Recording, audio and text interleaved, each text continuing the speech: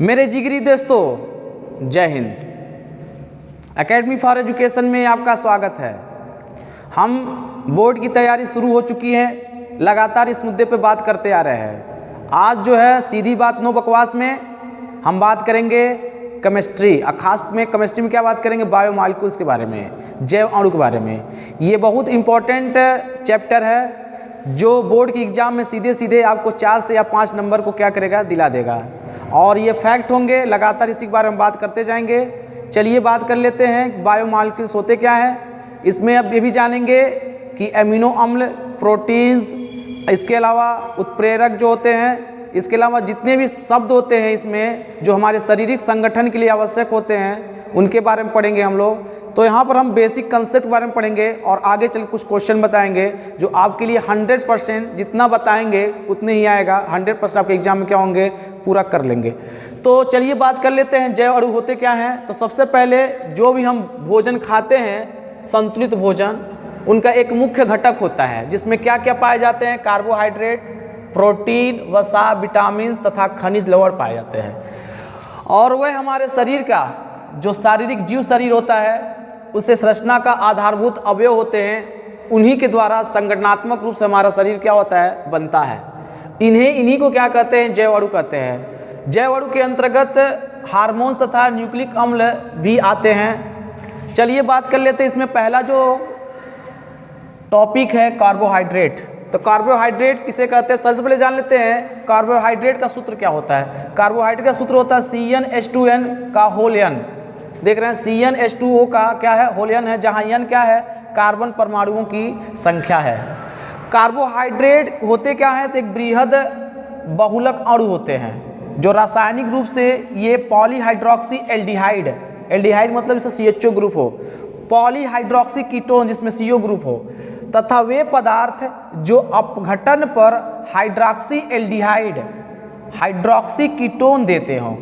मतलब जो कार्बोहाइड्रेट होते हैं वो क्या पॉलीहाइड्रोक्सी एल्डिहाइड होते हैं, पॉलीहाइड्रोक्सी कीटोन होते हैं, अथवा वे पदार्थ जो अपघटन के पर हाइड्रोक्सी एल्डिहाइड दें या हाइड्रोक्सी कीटोन दें, उन्हें ही क्या बोलते हैं, कार्बोहाइड्रेट बोलते हैं। कार्बोहाइड्रेट में 3 तत्व अनिवार्य होते हैं।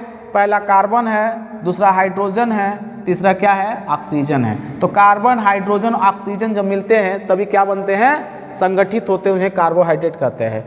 अगर देखा जाए बेसिक रूप से कार्बोहाइड्रेट का वर्गीकरण, कार्बोहाइड्रेट को सैकराइड भी कहते हैं। ध्यान दीजिएगा, कार्बोहाइड्रेट को किस नाम से जानते हैं, सैकराइड।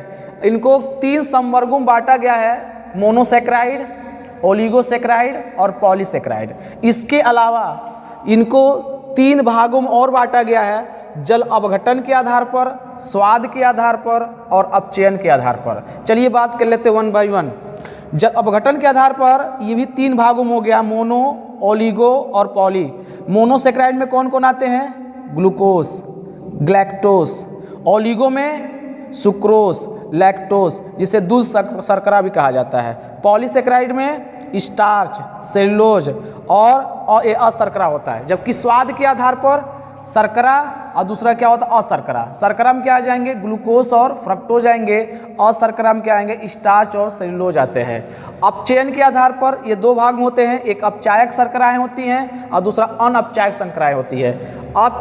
अपचायक शर्करा में क्या आता है, मोनो और डाइसैकराइड, सुक्रोज को छोड़ करके। जबकि दूसरा अनअपचायक में क्या होता है, शर्कराएं आती हैं जिसको सुक्रोज को लेकर के। अब आप बात कर ले तो शर्करा किसे कहते हैं। देखिए शर्करा क्या होता है, वे रंगहीन चीनी आप जानते हैं, उसी को शर्करा कहते हैं। एक क्रिस्टलीय एवं जल में विलय होता है। एक कार्बोहाइड्रेट है जिसका स्वाद कैसा होता है, मीठा होता है। उदाहरण में ग्लूकोस, फ्रक्टोस, माल्टोस, ये सब के उदाहरण है।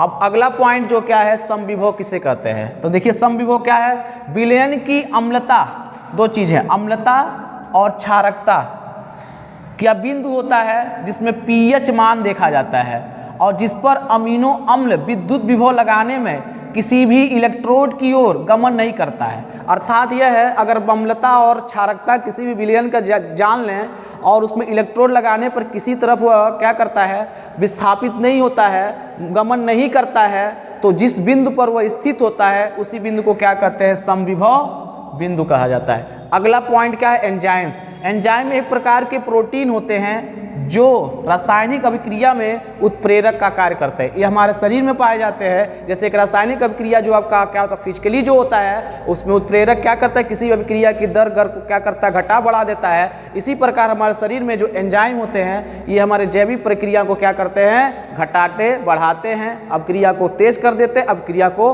गतिशील कर देते हैं। उन्हीं को क्या कहते हैं, एंजाइम कहते हैं। अगला पॉइंट जो होता है हार्मोन किसे कहते हैं।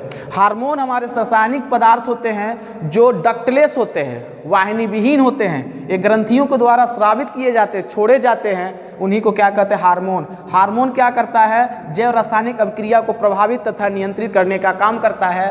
तो यही क्या था, जैव अणु के बारे में था, बायोमॉलिक्यूल्स के बारे में था। आगे मिलेंगे तो प्रोटीन के बारे में, उसका स्ट्रक्चर के बारे में, और अलग अलग जो सुक्रोज है, ग्लूकोज जो भी है, इसके बारे में हम स्ट्रक्चर जानेंगे। इसी प्रकार हम मिलते रहेंगे सीधी बात नो बकवास में। धन्यवाद।